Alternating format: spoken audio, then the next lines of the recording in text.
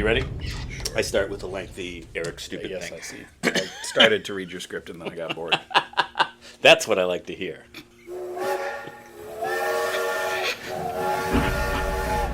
My beloved, I write you in the midst of a most darkling period of this fearsome work which I hath undertaken. I find myself afraid. It was but moments ago that I concluded my explorations into Led Zeppelin's most malignant presence. Oh gods, that I should have taken this dip into the turgid mire therein, where once there was brightness, joy, and possibility. Now all hope appears lost. Plant, singing from a chair, enraged but enfeebled. Page, besotted with drug. Bonzo, besotted with booze. John Paul Jones, well, just quietly doing whatever the fuck it is John Paul Jones likes to do. Actually, he's fine.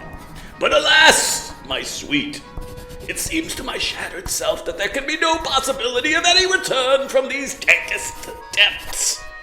In through the outdoor now remains my only hope. But, if the worst proves true, if this indeed be the end of me, please know that the last words that shall pour from these cracked and broken lips shall be heavy metal. Always.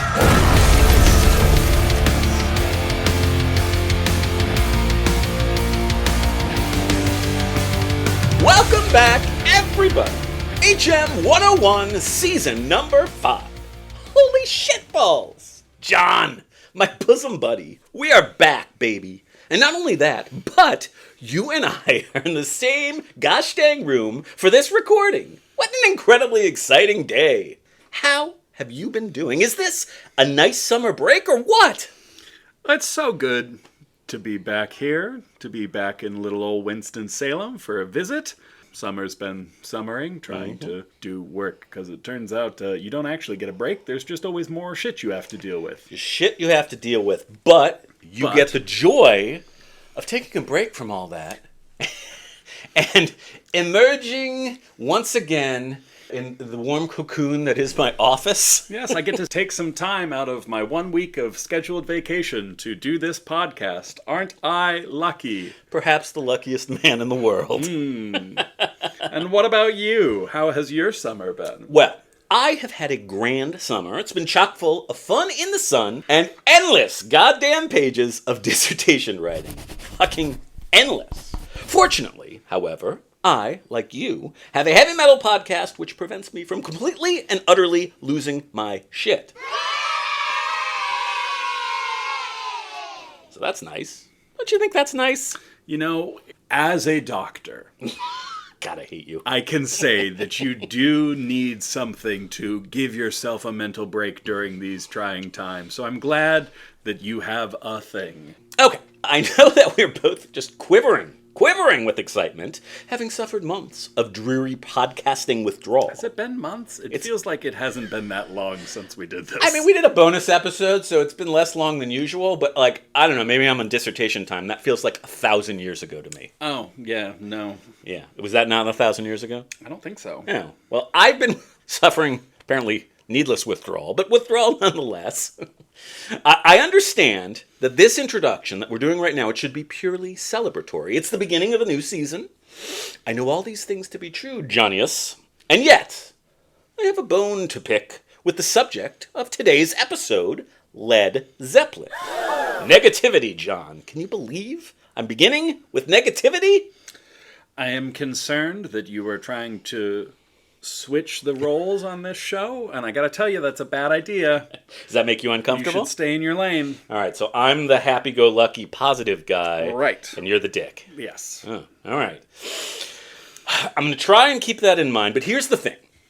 There are very good reasons why so many of us, amongst the heavy metal cognoscenti, trace the true starting point of heavy metal back to the February 1970 release of the eponymous Black Sabbath album, and not to Led Zeppelin's two 1969 heavy rock masterpieces. And this is at least in part because Led fucking Zeppelin never manage to feel even remotely comfortable with the idea of associating themselves with heavy metal.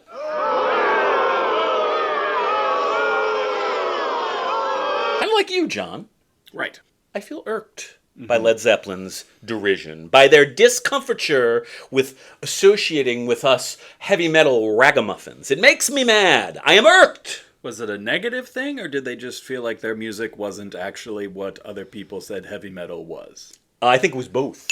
They both disliked the music that most people called heavy metal, and they, perhaps justifiably, did not consider their own sound to be at least totally heavy rock oriented or heavy metal oriented. And there's, again, some pretty good reasons for that. But here's the other thing.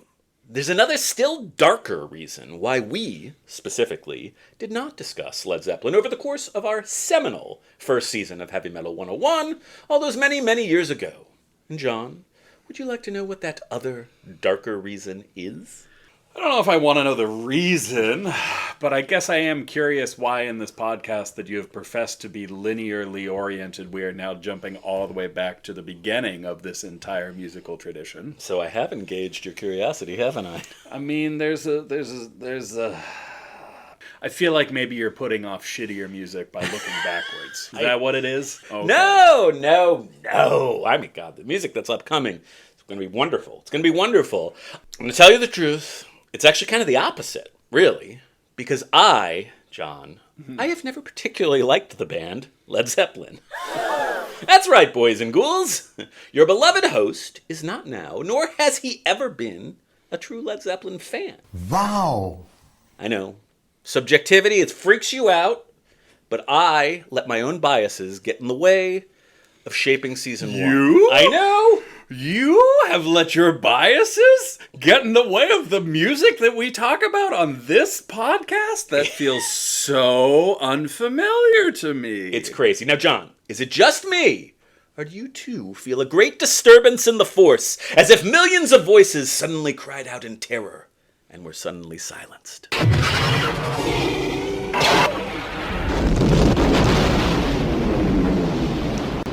I don't know, let me say something that'll upset people. Ooh. Is Led Zeppelin, fuck 'em, is that band popular?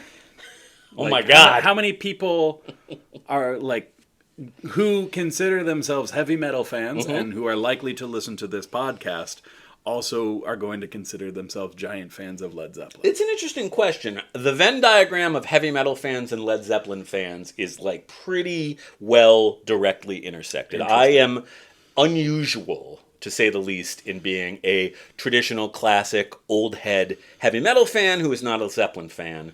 But whether the Venn diagram of weird, deranged Heavy Metal 101 listeners Yes, our fans. lines up with that same close proximity to Led Zeppelin fans, I don't know. I genuinely don't know. We're going to find out. Because, I'll say this going in.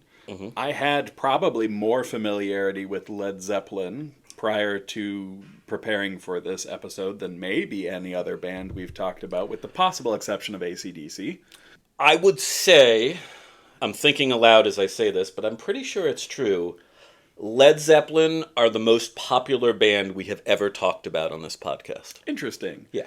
But I would also say I never really thought of them as heavy metal, just as a casual listener. I thought of them as, and again, let me upset our listening audience, just kind of like mostly dad rock. This is sort of the music I associate with old men. And this is where we have to talk about your hatred of women again, right? Do women listen to music? When do they have the time between the cooking and the cleaning and the washing up of the children?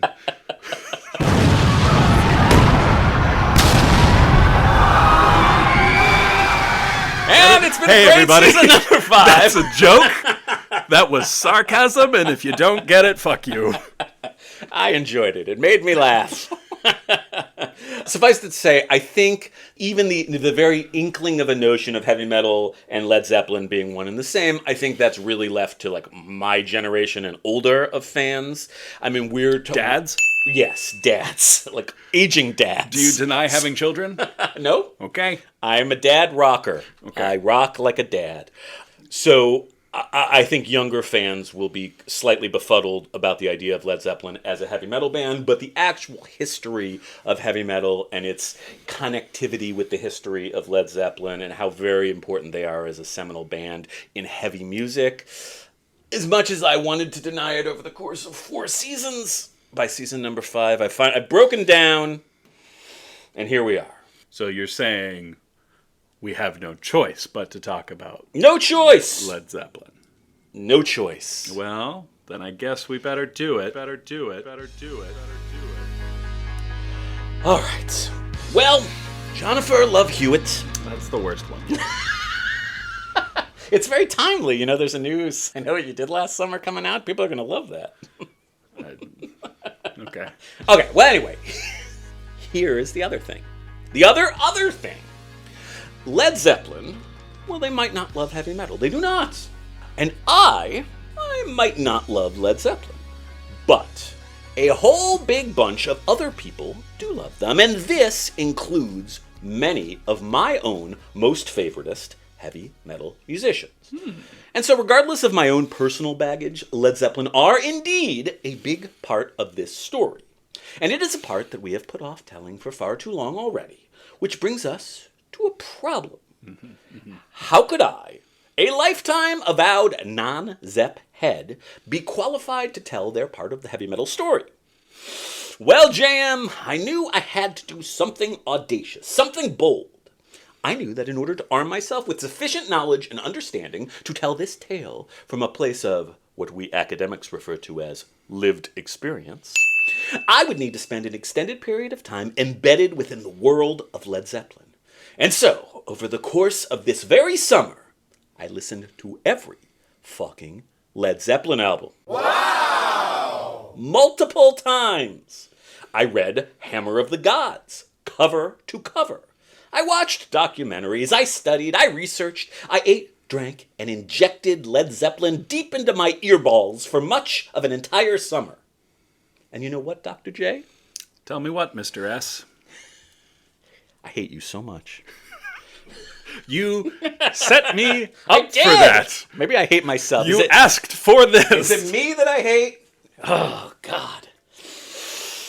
I am no longer the same man I once was. I'm changed. Oh. I have learned things about the band, things about myself, things about Aleister frickin' Crowley. I know that name. Yeah. And I've come out the other end, maybe not quite a fan, but certainly as someone with a healthy respect for the extraordinarily important contributions to rock and heavy metal history, which this magnificently talented collection of pretty awful human beings was responsible for. And I, now, am ready to talk about it. Prologue. Is Led Zeppelin a heavy metal band? Quote, heavy metal would not exist without Led Zeppelin, and if it did, it would suck. Unquote. Dave Grohl. In his delightful article, Heavy as Lead, an open letter to Led Zeppelin, Jack Mengen of the Heavy Metal Hall of Fame wrote, Quote, I say the following with the deepest respect and reverence. You're wrong. Led Zeppelin is a heavy metal band. Wow! He was responding, specifically, to a variety of past incidents in which members of Led Zeppelin seemed especially determined to distinguish themselves from the heavy metal rabble. 2 of those incidents, particularly, stuck out to me. 1. In 1988, Robert Plant pointed to a Judas Priest poster and said, quote, if I'm responsible for this in any way, then I am really, really embarrassed. Ooh, you suck! Yeah, that does suck. Yeah. Judas Priest is great. What a dick.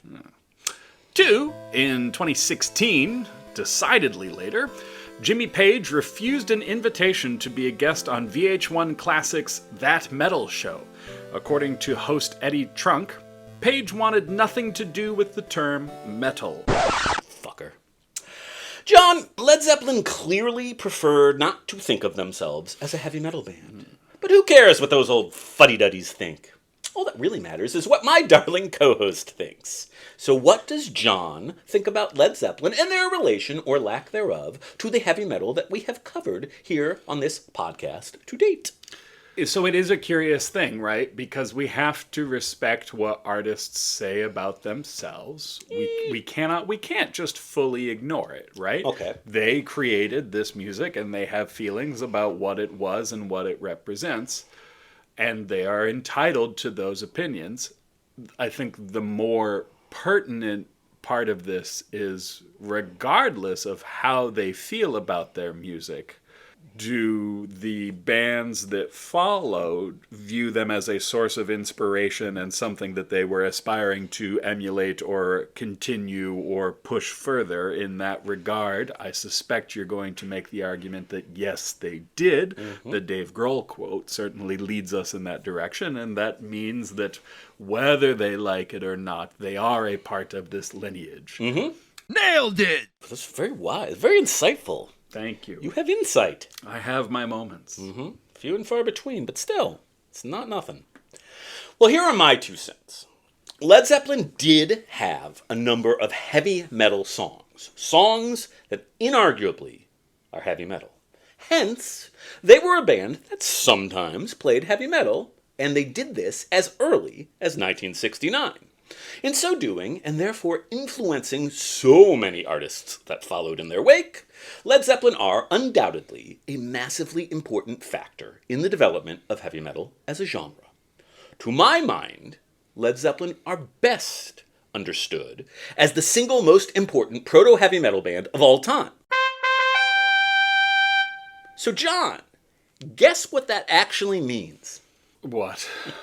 This season premiere episode is actually an undercover, super secret Roots of Heavy Metal episode, where we don't actually talk about heavy metal or heavy metal bands. You love those episodes, right?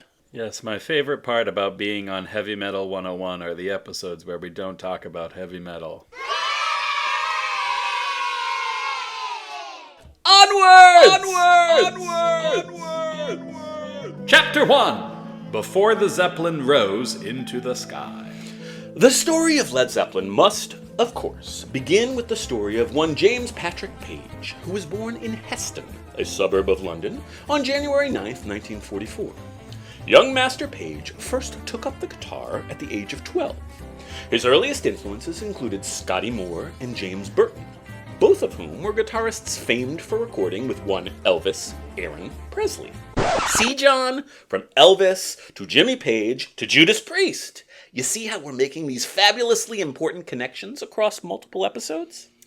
I'm going to say yes so we can keep moving forward, but I don't remember talking about Elvis on this podcast. Oh my god! He's so fucking annoying.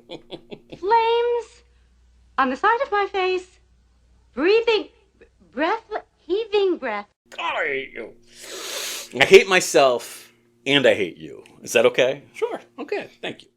Anyhow, by the mid-1960s, Page was now at the beating heart of London's session musician scene, playing guitar on a preposterously large number of records from that period. This included recordings by the Rolling Stones, The Who, The Kinks, and Joe Cocker, to name but a few. John, were you aware of Jimmy Page's impressive early career as a session ace? I sure was not. He played on Shirley Bassey's Goldfinger. Oh, great. Yeah, how cool is Love that? Yeah. I suppose he should probably lose some amount of cred for being a lifelong, well-documented pedophile and also a notorious musical thief of the First Order.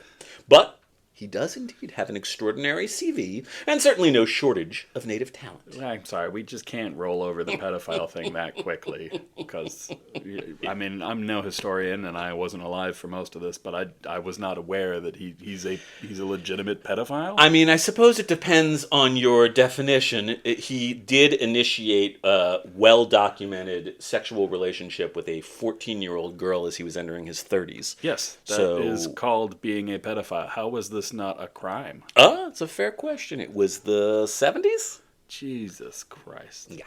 All right. Moving on. In 1966, Jimmy Page joined up with the legendary blues rock band The Yardbirds, initially as a bassist. John, are you familiar with the Yardbirds? In the sense that I have definitely heard of the band The Yardbirds. Yes, I am familiar. Okay, well, they are connected with an artist you know and love. They were an incredibly influential English proto-hard rock / heavy blues band that existed from 1963 to 68 and featured first Eric Clapton, then Jeff Beck, and finally Jimmy Page as their lead guitarists, which is not too shabby a collection of X-Men, no? Oh, it's pretty good. Yeah, pretty good. I don't want to go too much into Yardbirds history today, but I thought you'd like that. But I will note that a goodly amount of Yardbirds' repertoire would eventually become Led Zeppelin repertoire, including covers of the Tiny Bradshaw classic, Train Kept A-Rollin', and a little song written by singer-songwriter Jake Holmes called Dazed and Confused. Now, John, I had assumed that you knew the song Dazed and Confused like every other human on God's green earth, but we talked about it earlier, and you were less certain. I was like pretty sure that I'd heard it before, but it wasn't like instantly, oh yeah, this song, I know this song. Ah, okay. Well, worth noting is that it is a cover of a folksy song by Jake Holmes that was utterly uncredited as such on Led Zeppelin's debut album. That tracks. Yeah, totally. Anyway, Dazed and Confused, regardless of being stolen rather ruthlessly, it's a hell of a song. It's very, very heavy metal in Led Zeppelin's hands. But anywho, the Yardbirds eventually started to come apart at the seams, as bands will do, and they played their final gig in July of 1968. But upon their dissolution, they were left with outstanding touring commitments to fulfill in Scandinavia. That's bizarre. It is weird. And this brings us to Chapter 2, The New Yardbirds. This may seem hard to believe now, but Led Zeppelin, legendary Led Zeppelin, did indeed come into being as the result of Jimmy Page and Yardbirds bassist Chris Dreha's efforts to fulfill that band's aforementioned Scandinavian tour obligation. Wow! The search for a new Yardbirds lineup eventually led them to a singer from West Bromwich, a town located approximately 7 miles northwest of heavy metal's capital city of Birmingham, named Robert Anthony Plant. Plant accepted the invitation to join the new Yardbirds lineup and suggested a drummer he had worked with previously named John Bonham, who eventually also signed on. A note on John Bonham, aka Bonzo, aka The Beast. Aside from Jimmy Page, John Bonham may have been the most complicated Led Zeppelin member. This was at least in part due to the fact that he was more or less two people. A sweet, friendly bear of a man when he was sober, and an audacious monster who was capable of nearly anything, up to and including attempted rape when he was drunk. But all of that would come later. For now, it is worth noting that John Bonham is considered by many to have been the greatest rock drummer who ever lived, and that his powerful, hard-hitting style influenced generations of heavy metal drummers who would follow in his wake. As all of this was happening, Dreha decided to drop out of the project, which now left a vacancy at bass. This was quickly filled by one John Paul Jones, born John Baldwin, a talented arranger and multi-instrumentalist who had, like Page, played a central role in the London session musician scene. John! The new Yardbirds are assembled. A lineup juxtaposing two older, big city seasoned pros, Page and Jones, and two younger, less experienced dudes from the West Midlands, Plant and Bonham. A rich, heady mix of jaded know-how, raw talent, and artistic hunger. Frankly, it's a lot like Heavy Metal 101, no? I'm the seasoned pro, you're the talented, wide-eyed youngster. Are you suddenly feeling a warm kinship with these blimey Brits? Maybe we just keep moving. You don't feel a warm kinship with anyone, do you? Well, that's pretty accurate. This soon-to-be legendary lineup rehearsed together for the first time in a London basement in August of 1968. And thereafter, the world would never quite be the same again. Chapter 3, Led Zeppelin 1 and 2. And so, darling, we are parted. I have now commenced upon this most precarious journey, which takes me away from your warm embraces. Fortunately, I begin in familiar territory. Led Zeppelin 1 is as to an old acquaintance, and I am comfortable in her presence anew. Excepting wherein they sing the blues. I sort of hate it when they do that. So the band that would soon become Led Zeppelin indeed completed that first tour of Scandinavia as the New Yardbirds. And it was as the New Yardbirds, a project which had not yet secured a record deal, that they began recording an album together. Jimmy Page and the band's manager, Peter Grant, paid the £1,782 for the recording sessions out of pocket. The entire process of recording and mixing said album took just 9 days. But John, there was never any released album by a band called the New Yardbirds. What happened? Well, Eric, former Yardbirds bassist Chris Dreja sent the band a cease and desist letter, arguing that the Yardbirds name should only have been used for the duration of the Scandinavian tour. As such, a new moniker would need to be chosen. That's very interesting. And following whimsical conversations about how this new project was sure to go down like a lead balloon, the band settled on the name Led, L-E-D, Zeppelin.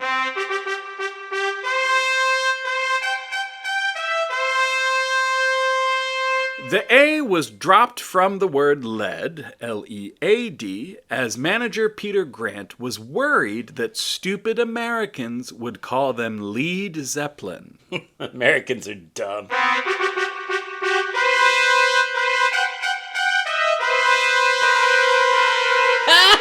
John, we wouldn't want Americans to say the wrong thing, would we? Wow, I mean, there's just... all of this is dumb.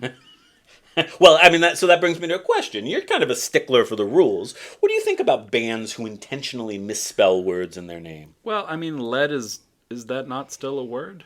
The past tense? Well, you're saying, like, you were led by the Zeppelin? Like he... Were they led a Zeppelin? I think you're really stretching. I think Look, in this case... I think all of it is dumb, right? Band names are dumb. Okay, they're all dumb. They're all dumb. Wow, that's a bold statement. What's a good band name? Slayer. That's a good band name. I guess it's not bad. Yeah. Anywho, Led Zeppelin was now officially a thing, and they had their debut album already in the can. By November of 1968, they were signed to Atlantic Records, and on January 13, 1969, the mighty Led Zeppelin 1 was released. So, let's now discuss this celebrated debut album. John, I made a good faith effort throughout your playlist to include some of Led Zeppelin's very most metal tunes. And the two from this album I chose were the aforementioned Dazed and Confused and the utterly shit-kicking Communication Breakdown. So what did you think? And particularly, what do you think when considering these tracks as early examples of a not yet fully crystallized heavy metal?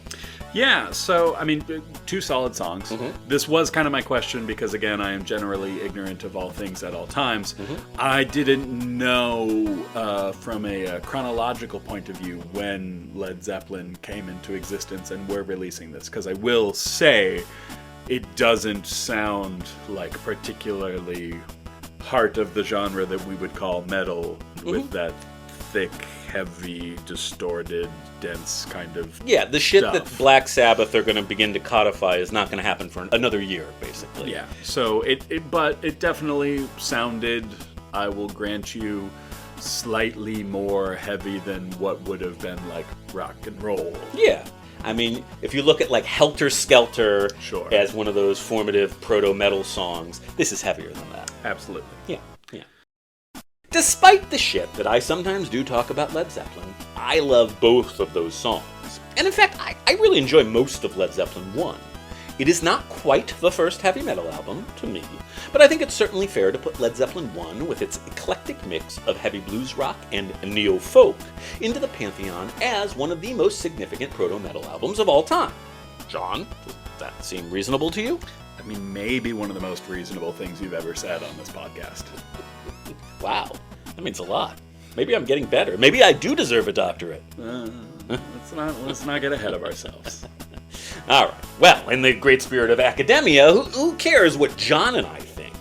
John, I think that as academics, we should offer the listeners some wise thoughts re the relative heavy metalness of Led Zeppelin 1, as according to some other smart, educated folks. Why don't you do that? Sure. According to AllMusic critic Stephen Thompson Erlewine, Led Zeppelin 1 was, quote, a significant turning point in the evolution of hard rock and heavy metal. By contrast, Heavy Metal 101 fave metal scholar Martin Popoff agrees with Eric that Led Zeppelin 1 is not a heavy metal album, but he does posit Communication Breakdown as a candidate for first heavy metal song.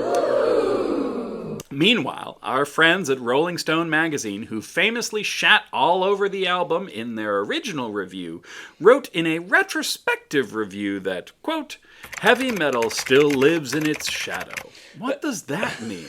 I don't know. It's so Rolling Stone. Heavy metal still lives in its shadow?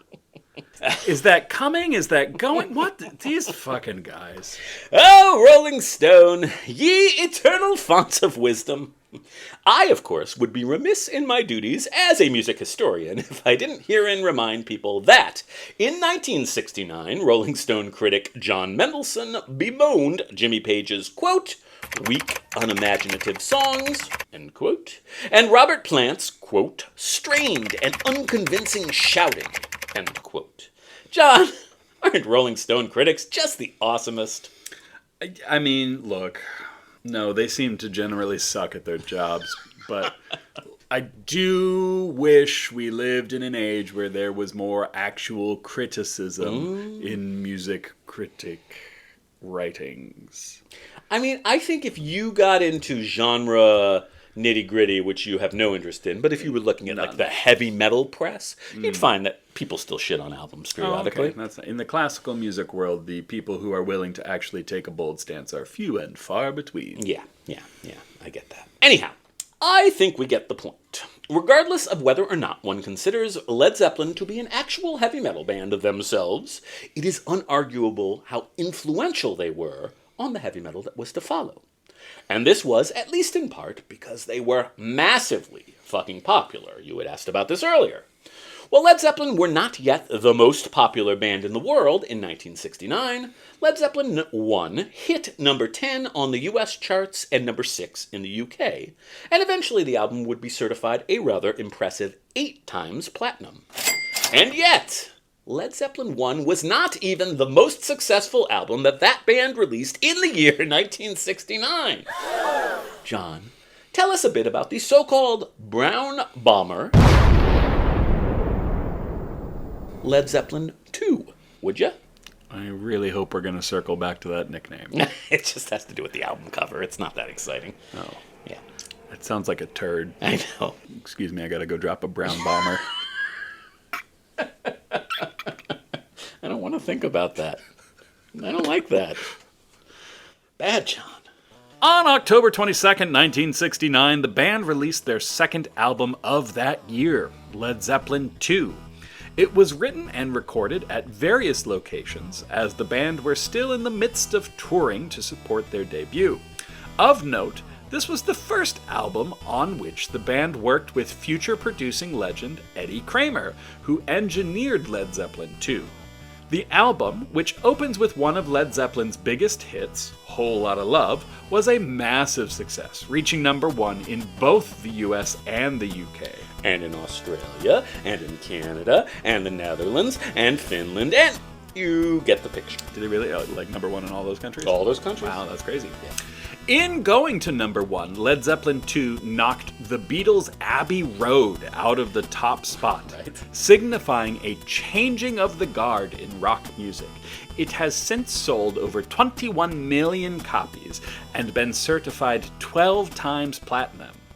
That's a lot, huh? So you're saying people like this People like this band, yes. Okay. Yes, I think I am saying that very thing. Okay. You got Whole Lotta Love, What Is and What Should Never Be, The Lemon Song. Which Eric would like noted is actually Howling Wolf's Killing Floor, which led to his suing the band and eventually settling out of court for future credit and mucho dinero. Thank You, Heartbreaker, etc. Led Zeppelin 2 is quite the collection of songs. And guess what, John? Why what, Eric? I don't like it.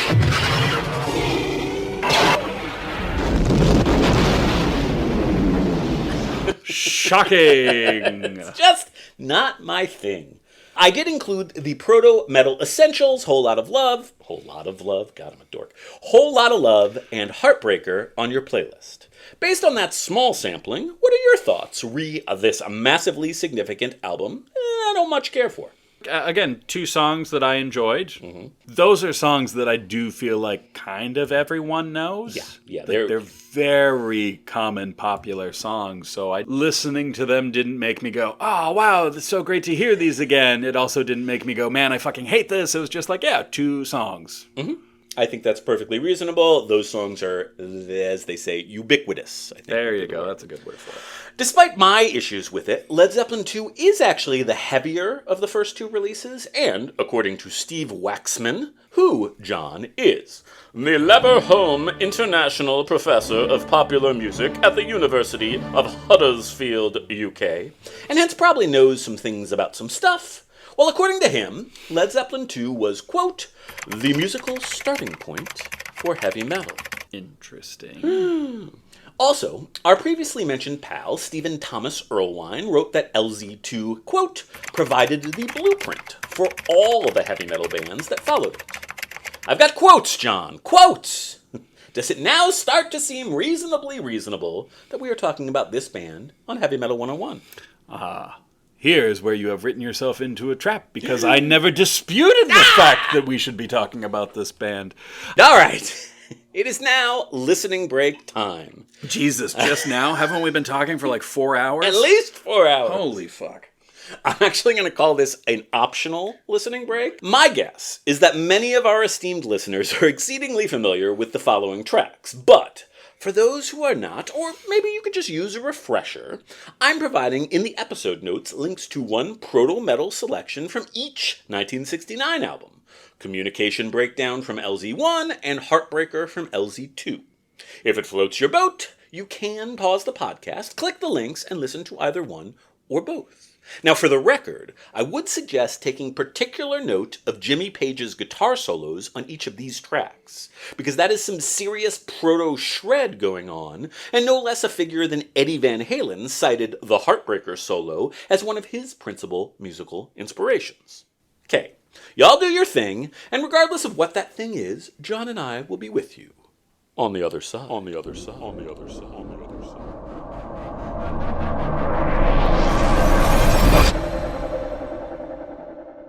Chapter 4, Led Zeppelin 3, and an album called, nothing?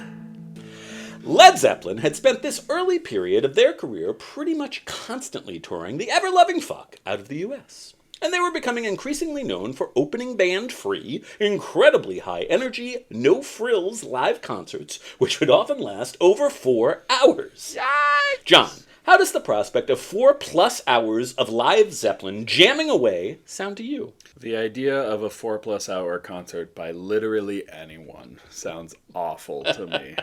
I do not get... God himself could appear on Earth and say, ladies and gentlemen, it's time to rock. And at the 90-minute mark, I would be looking at my wrist going, okay, buddy, it's time to wrap it up. In all candor, it sounds pretty fucking exhausting to me, too. But I do understand that heroic doses of marijuana and LSD would help that time to just fly on by. I think that's the ingredient you're missing. Could be. Anyhow, in 1970, Led Zeppelin finally got a break from touring, and Page and Plant went off into the wilderness of deepest, darkest Wales in order to start writing for their next album. Picture it. Wales, 1970. A remote cottage, sans electric. You like the Golden Girls reference. Listen, you said picture it Wales, and immediately in my mind was like,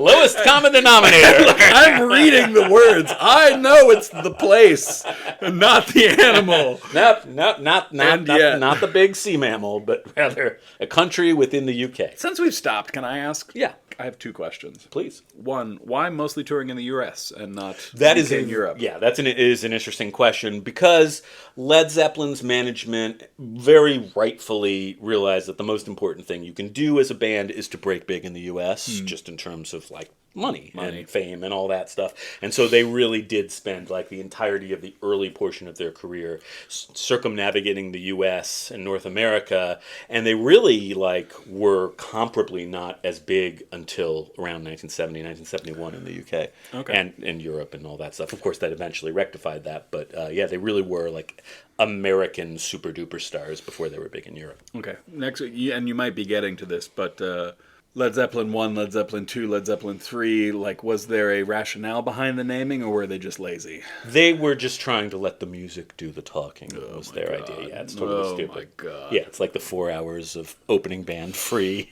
No frills. They didn't even have, like, a lighting show back in the early days. They just played. All right, so we're in Wales. Picture it. Wales. 1970. A remote cottage sans electricity or running water. Page and Plant engaged in the classic rock equivalent of Rocky IV's Siberian isolation training montage. I can only assume that everyone grew beards, got super ripped, and eventually yelled, "Drago!" from the tops of the highest Welsh mountaintops. John, are you picturing this? I'm there. What emerged from this period was Led Zeppelin 3. An album released on October 5th, 1970, that contained both the band's very most metal song to date, Immigrant Song, and also an absolute fuckton of very pretty folksy music that confused the ever-loving hell out of contemporary critics and fans. But we're not here to talk about Led Zeppelin's running penchant for neo-Celtic folk music. No sir, we're here to talk metal, and there are no doubts about the heavy metal bona fides of the all-powerful Immigrant Song. Immigrant Song. Immigrant Song. Immigrant Song. We come from the land of the ice and snow, from the midnight sun where the hot springs blow. The hammer of the gods will drive our ships to new lands, to fight the horde, singing and crying, Valhalla, I have come, I have come. Proto-Viking metal, bitches. A direct connection between Led Zeppelin and Bathory. So cool. John, I, of course, put Immigrant Song on your playlist. What did you think? Oh, I mean, great. I think probably the first Led Zeppelin song I ever heard in my life. Yeah. Great song. Great song. One of the best. Great song. This one definitely requires an official listening break, as it affords us a crystal clear oral reminder that, like it or not, Led Zeppelin truly were amongst the most significant forefathers of heavy metal this side of Black Sabbath. So pause the podcast, click the link.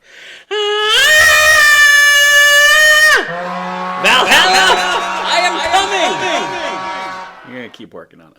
It's not easy. Very high.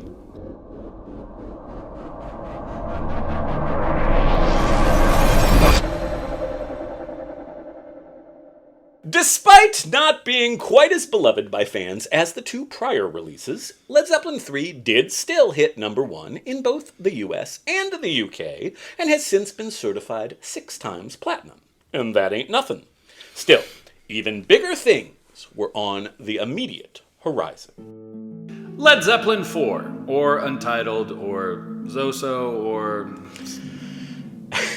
Who cares? Sure.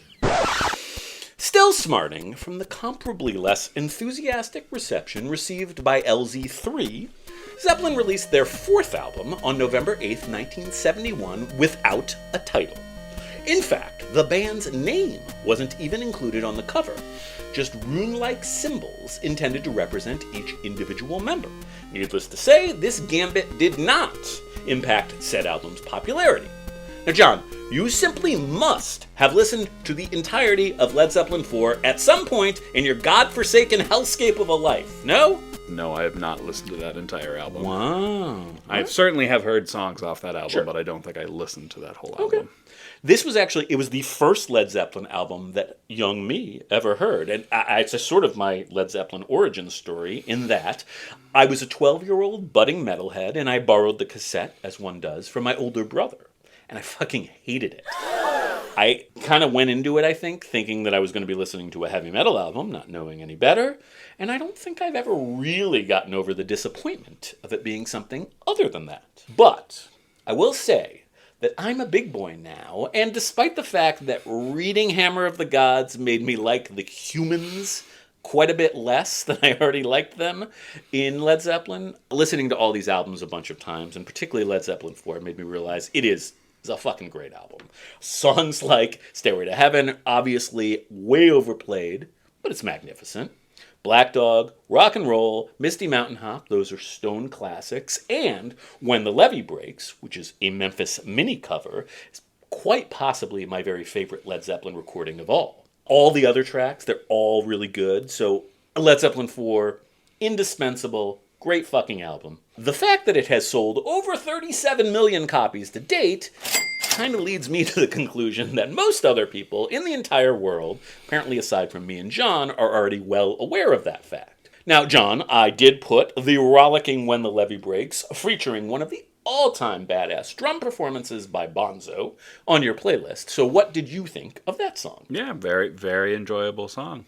All right, so no listening break this time around, but for all my Zeppelin novices out there, and including John, who is not entirely a novice, but has never listened to this untitled masterpiece before, this really is the best place to start and the most utterly essential single Led Zeppelin album.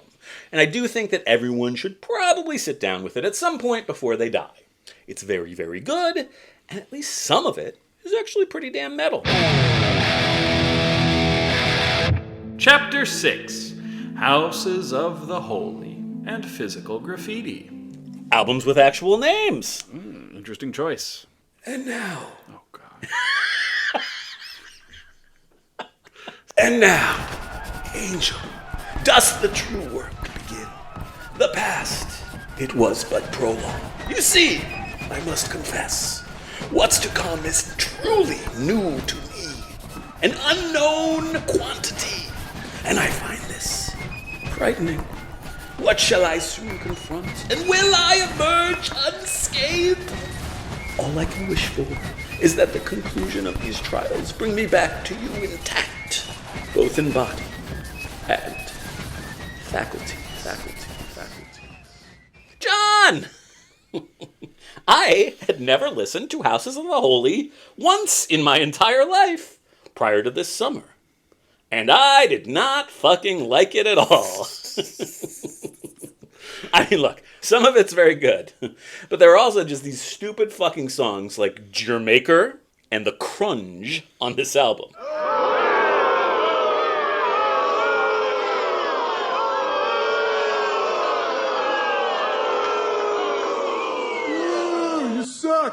Ugh. I brought something of a John-like innocence to my Houses of the Holy listening, and, as is so often the case for you yourself, I ended up entirely disappointed. Does this make you feel a newfound bond with me? It does a little bit. Good, It's like, good. welcome to the I club. was like, oh shit, this is All what it's of like this for John. sucks. Oh, no. It all sucks. What have I done? I'm damaging this poor man. Houses of the Holy was released on March 28, 1973, and in the by now well-established Led Zeppelin tradition, it features a quite diverse collection of musical styles. But, sadly, very little of it is even heavy metal adjacent. The Ocean, which closes out the album, is probably the hardest rocking of this set. It's also actually a really great tune. As such, I put that one on your mix. Now, you told me you liked that one, right? So this was the first one on the playlist that I definitely had not heard before. But I did actually, there's some like cool mixed meter stuff going on in there. It's like very rhythmically interesting and engaging. Again, I don't know that I'd call it metal, but it was a fun song. Yeah. I mean, Houses of the Holy just really isn't a very metal Zeppelin album, but this was as close as it got, and it is a great song. Was it by this point, were they cognizant of being linked to metal and they were actively trying to make that not the case? I don't think they've ever put it in quite those terms, at least that I've seen. But I feel like Led Zeppelin's entire career is a little bit of them like wanting to rock out and then feeling like annoyed that people liked them rocking out and so wanting to do other contrarian shit. That's kind of, I think, in some respects, like how they operated. So yeah, probably a little bit. So what you're saying is these people are just insufferable. Utterly insufferable. Yes, I think that is accurate. Okay. The Ocean is a great closer on an album that otherwise just is not my thing. But it was, of course, yet another monster fucking hit for the band, eventually scoring Ye Olden Diamond certification. What the fuck is Diamond? 10 million copies. In America alone. Okay. Yeah. Another world-beating tour followed before, in 1974, Zeppelin took a bit of a break and devoted time to launching their very own record label, Swan Song. This now brings us to one of the most important double albums in hard rock or possibly heavy metal history. John? February 24th, 1975, Led Zeppelin release Physical Graffiti. I find double albums generally to be pretty fucking tough sledding. John learned that last season when we wallowed into the cavernous depths of Use Your Illusions 1 and 2. John, do you remember that surreal experience as fondly as I do? I mean, truly still the worst music I've listened to this year. As I continue on my weekly album listenings, the worst music I've heard this year, by far. Physical Graffiti contains a mix of newly recorded tracks and also songs which had been recorded in earlier sessions but had not yet been released. In total, it amounts to 82 minutes and 59 seconds of Led Zeppelin goodness. Now, John, that is like a walk in the park when compared with the 152 minutes of Use Your Illusion Insanity, no? I truly cannot believe I listened to all of that. I included two of the heavier Graffiti tracks on your playlist, the all-time classic Kashmir and the Wanton song. I think both are great, and overall I do give Physical Graffiti a thumbs up. It does suffer a little bit from double album syndrome, but it's still quite good. John, did you enjoy those two tracks? I mean, I get two I knew. Okay. Great tracks. I always forget that Kashmir is Kashmir, so like I saw it and was like, what's that? And then started playing, I was like, oh yeah, right, this one. A pretty unforgettable riff. Right. Yeah. Good stuff. Physical Graffiti did what Zeppelin albums do, hitting #1 in the US, the UK, and Canada. Hi, Canada. Ooh, and I have a related fun fact wherein I learned something new. John, would you like to hear about the thing I learned? Is this whole podcast not you just talking about the things you learned? What is going to make this different from everything else in this episode so far? Because this is a fun fact. It's a very distinct thing. This better not be disappointing. We'll see. Physical Graffiti sold 8 million copies in the US, which is pretty damn impressive. As double albums, obviously, they don't come cheap.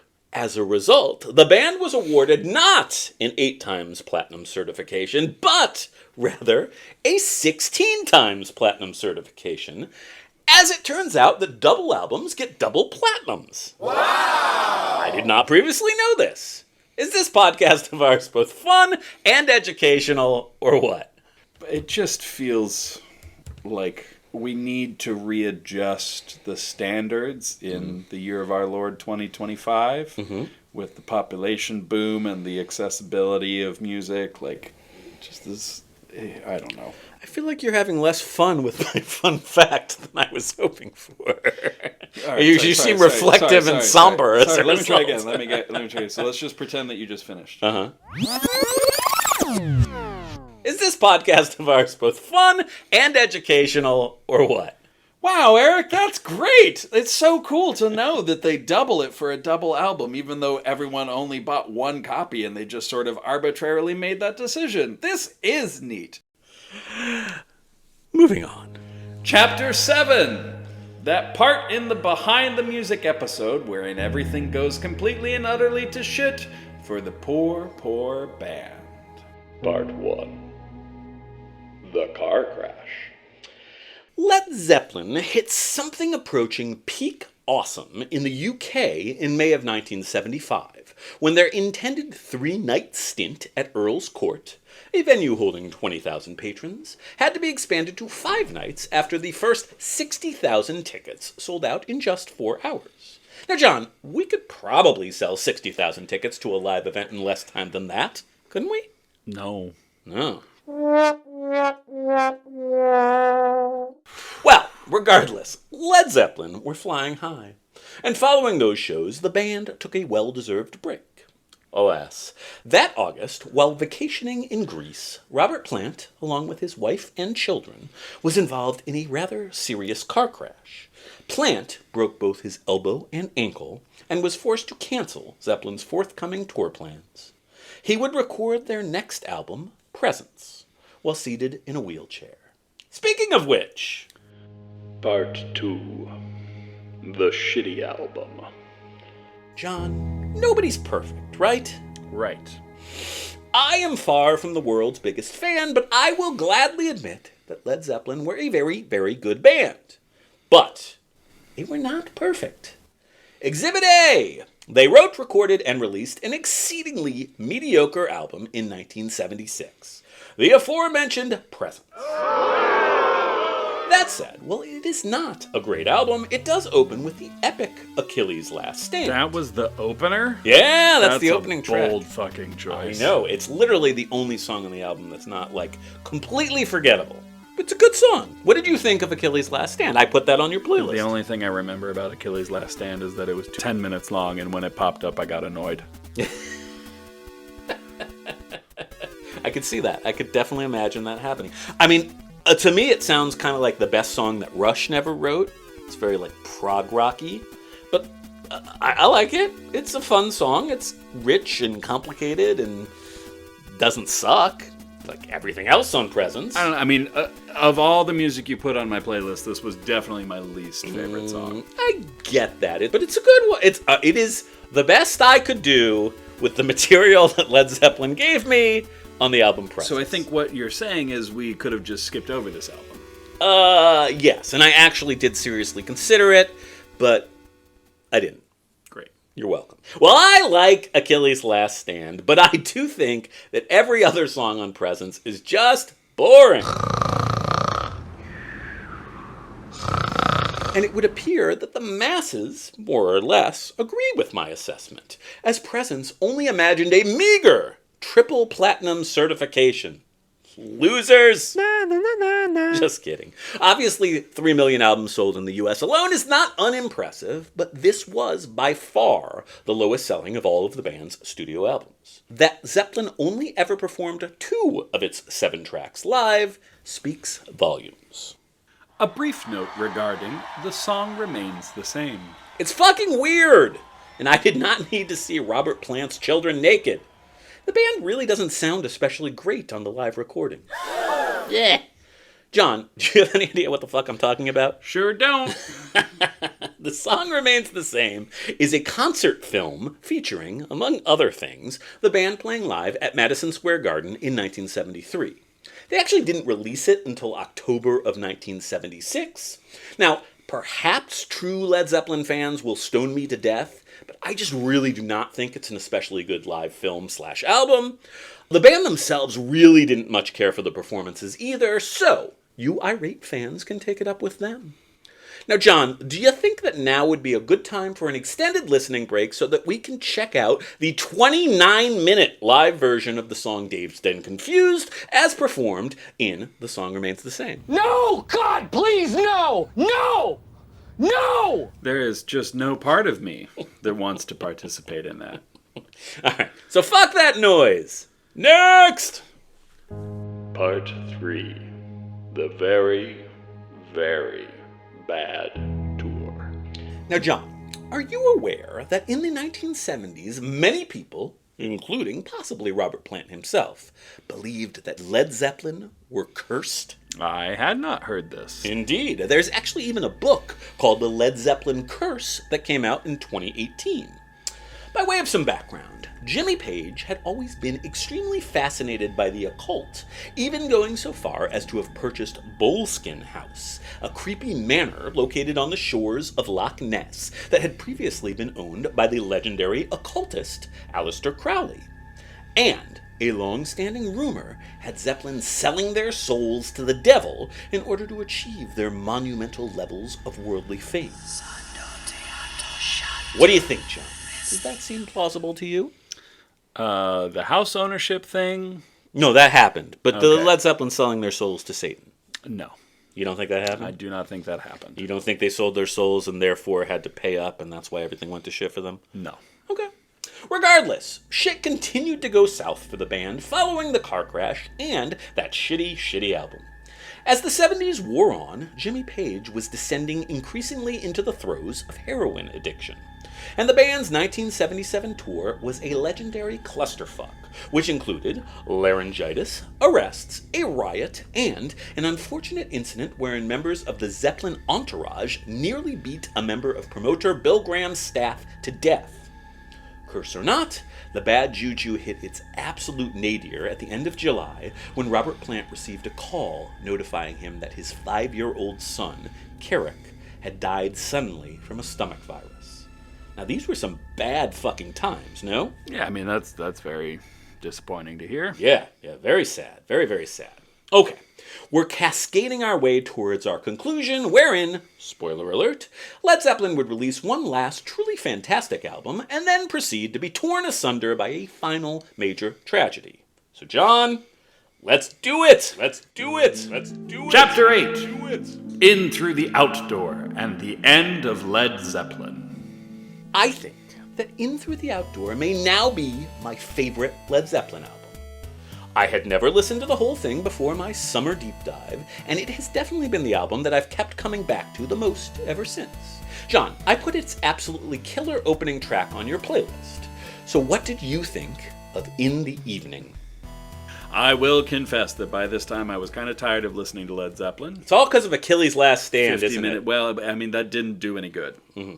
But I would say, knowing now that this is a band that liked to give long, jammy, stupid live shows, the intro makes slightly more sense. Oh yeah, a lot of that sort of thing. It is not the type of music that I enjoy hearing, but once you get past that intro bit, solid rock song. Okay. All right. It's not bad. I think it's a great song. Of course you do. You like all kinds of stupid shit. It's like my thing. Stupid shit. Yeah. I think it's one of Led Zeppelin's best songs.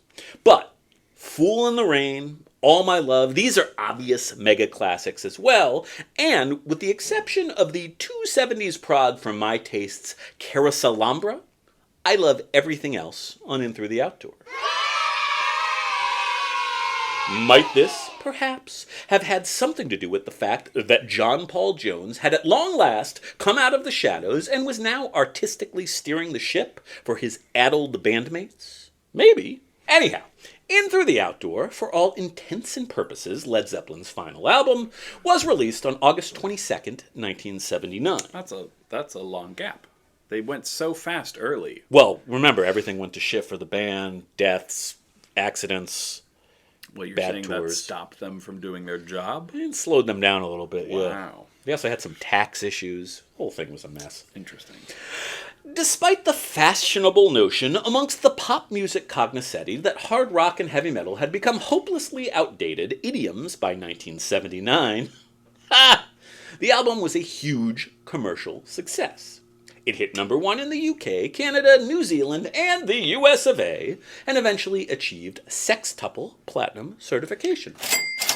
Alrighty, it's time for just one final listening break, celebrating Led Zeppelin at their hard-rocking, strutting, creatively exuberant best via In the Evening. Fun fact, Jimmy Page used a fancy gadget called a gizmotron on his guitar to create all those nifty, eerie sounds that open the track. Neat! let us kick back and enjoy one of Led Zeppelin's finest musical moments before Satan, as he is wont to do, got to have the last laugh. Pause the podcast, click the link, pull out your gizmos if you got 'em. I know John will. We'll be right back.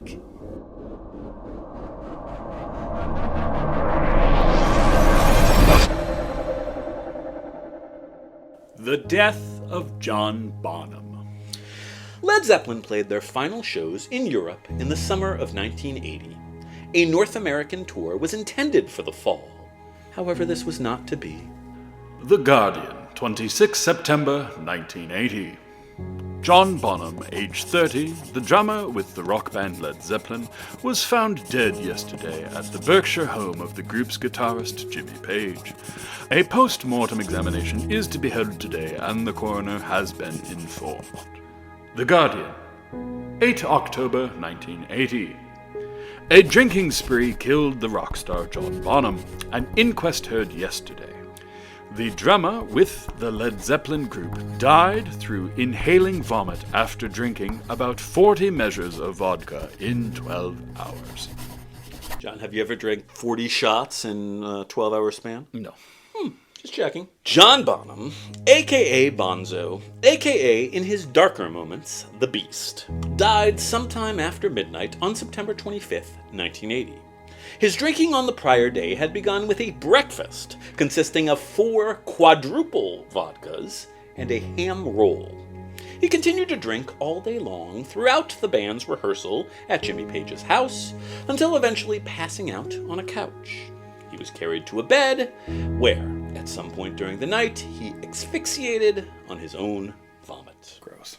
John, this is our second one of those deaths on this program. Yikes. Is it fair to say that we here at HM 101 are opposed to people, rock stars or otherwise, choking to death on their own vomit? Yes? Is that something we need to announce our opposition of? I feel like we should take a stand. Okay. Long story short, on December 4th, 1980, the remaining members of Led Zeppelin released the following statement. We wish it to be known that the loss of our dear friend and the deep sense of undivided harmony felt by ourselves and our manager have led us to decide that we could not continue as we were. Thus marked the end, for all intents and purposes, of the mighty Led Zeppelin. Coda, Coda, Coda. Dearest, I am coming home to you at long last. My journey has reached its end. After all I have endured, I have learned that I still have much to learn, much music to listen to, and many podcasts still to make. I have learned that Led Zeppelin is, after all, a good band, perhaps a great one, and yet still, I do not truly love them. The first 4 albums are pretty great, and there's a lot of nice stuff on the overlong physical graffiti. Houses of the Holy Presence, and Coda. Ugh. In Through the Outdoor, however, woo! That's fantastic. Well, John. Eric, no one's gonna get this.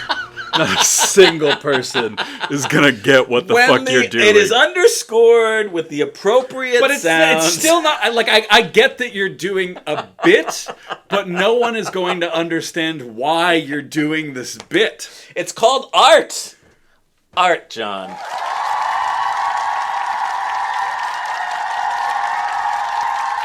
Well, John, for all intents and purposes, we have now reached the end of Led Zeppelin's story. I will here mention the November 1982 posthumous release of an album actually entitled Coda, which consisted of previously unreleased stuff, and which is okay, I guess. Fine. But Led Zeppelin's time making wildly important, innovative music, which was to have a profound impact upon the larger story of heavy metal, had truly come to an end with John Bonham's untimely demise.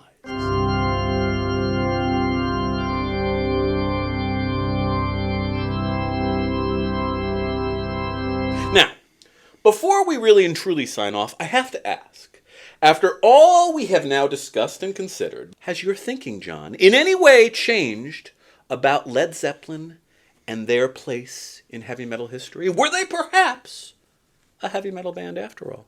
Again, I never disputed that fact. So basically, you're telling me that you think that Led Zeppelin was the first heavy metal band, and you've been convinced that they are possibly your favorite band of all time. Neither one of those things are statements I'm making. I guess I misinterpreted your remarks.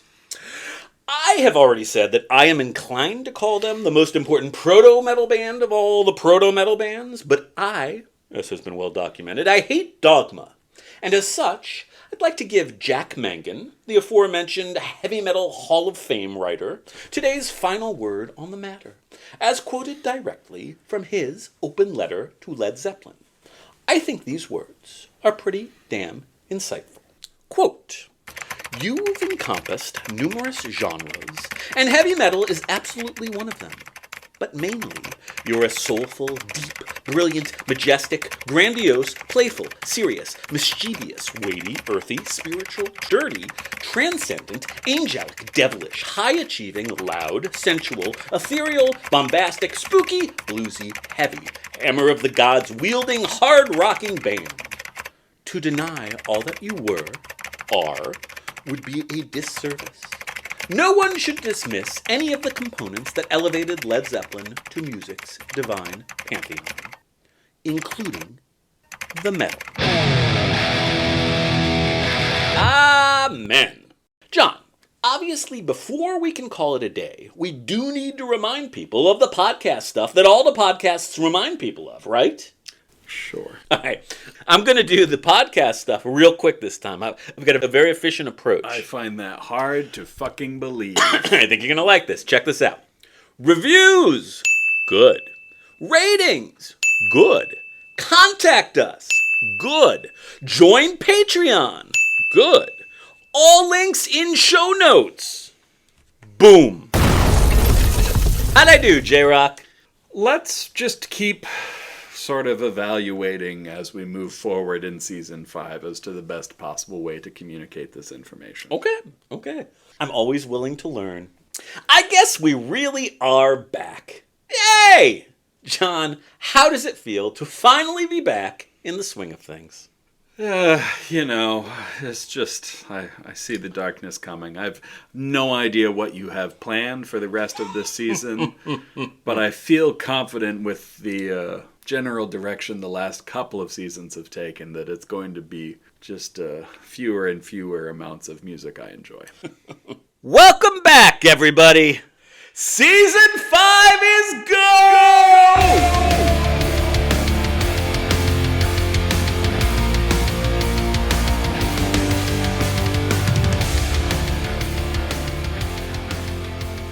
Yeah, everyone knows this shit. Who cares? All right. Ladies and gentlemen, this has been Heavy Metal 101. I'm John, he's Eric. We'll see you next time.